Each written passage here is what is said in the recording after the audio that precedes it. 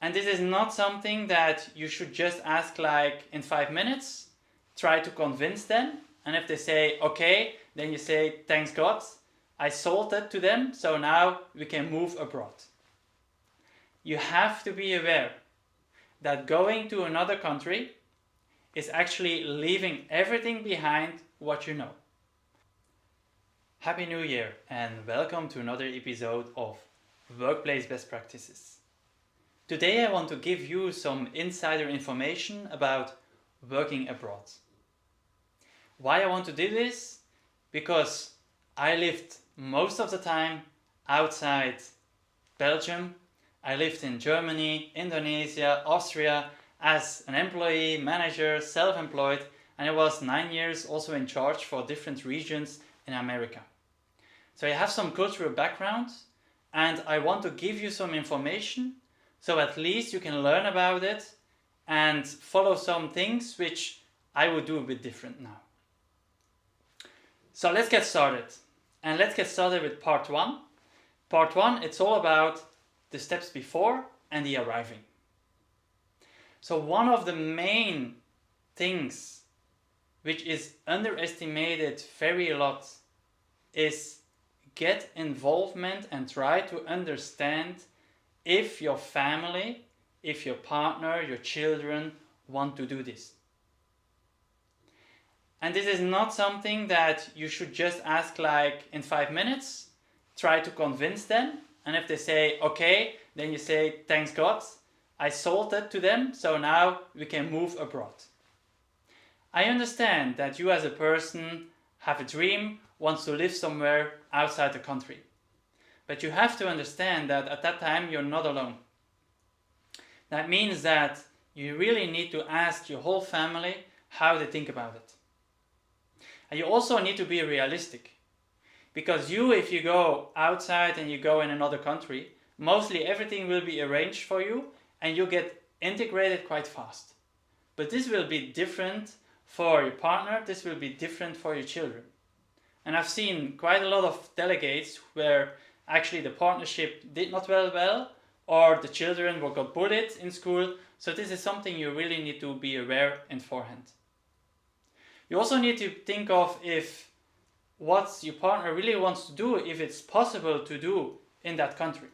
It can be even if the partner has a doctor degree, it even can be that this person cannot execute this job in another country because this doctor degree is not recognized in that other country.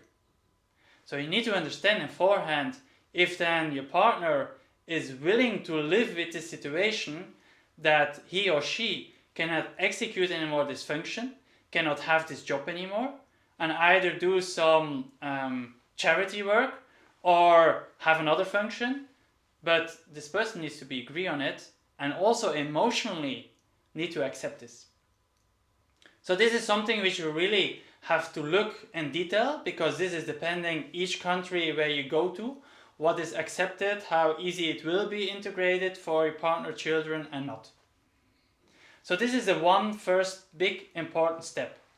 Once you figure that out, once your whole family says from yes, let's go for it, let's go for this adventure, I'm really excited for it, then you can really start to moving to another country. And then there is one thing which is very important, which I learned from my previous mentor of me, Peter Rekesser. He said you have 3 things for changing. First is a change in level, from employee to manager, from manager to senior management. Secondly is a change in function.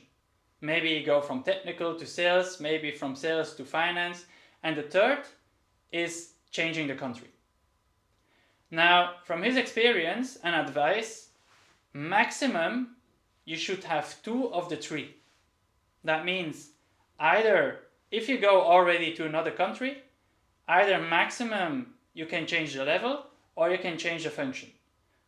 Don't try to change the function, change the level and go into another country because this will be quite challenging and will be too harsh at the beginning to actually execute this. Now I want to explain a little bit also about the phases of a delegation, the phases of going abroad. And you can compare it a bit with falling in love. That means the first 3-6 months, everything will be beautiful. The food is beautiful, very nice. The weather is very nice. Everything you see around is like perfect because you're completely excited about this new country. And then, like falling in love, suddenly after 3 or 6 months, it will go a little bit down, and you also will see some things which are not so positive. And this will be the same if you go abroad. Suddenly you are missing things which you are used of in your home country. Suddenly you're missing some food. Suddenly you're missing the friends. And these amplitudes in the negativity and the amplitude in the positivity, this will be, of course, dependent of each person, will be react differently. But this is a kind of a workflow that you will have. First positivity, then negative, and then at the end there will be some stability. Now I talked about your friends. Again, you have to remember, you have to be aware that going to another country is actually leaving everything behind what you know. You leave behind your family, you leave your parents, for instance, you leave behind your friends, you leave maybe behind even your hobbies. It means that you need to build up everything there from scratch. And this is also something that you need to reflect in the first point that I meant. If you are a family person, if you or your partner is meeting each weekend your parents and having beautiful time together, be aware that once you go abroad, that maybe instead of seeing each other once a week, you can see each other maybe twice a year, 3 times a year, depending of course the location. So this will again have a huge effect on going abroad. And you have to be aware of that and make a decision of this.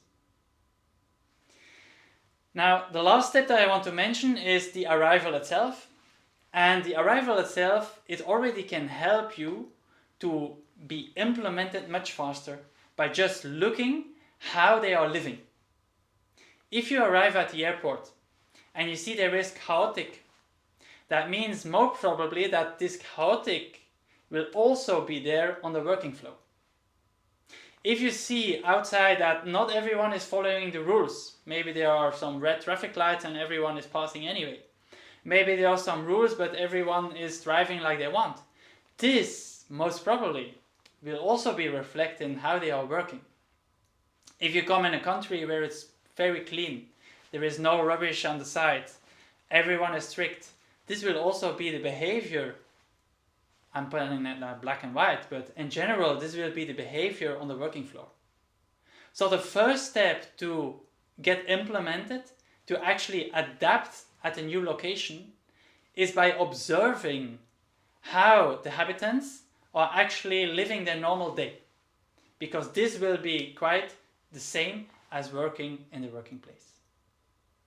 So that's it for part 1. If you have some special questions that I need to answer you for part 2, let me know. I give you some time before next Sunday, and looking forward to tell more about working abroad. Have a nice day. Bye bye.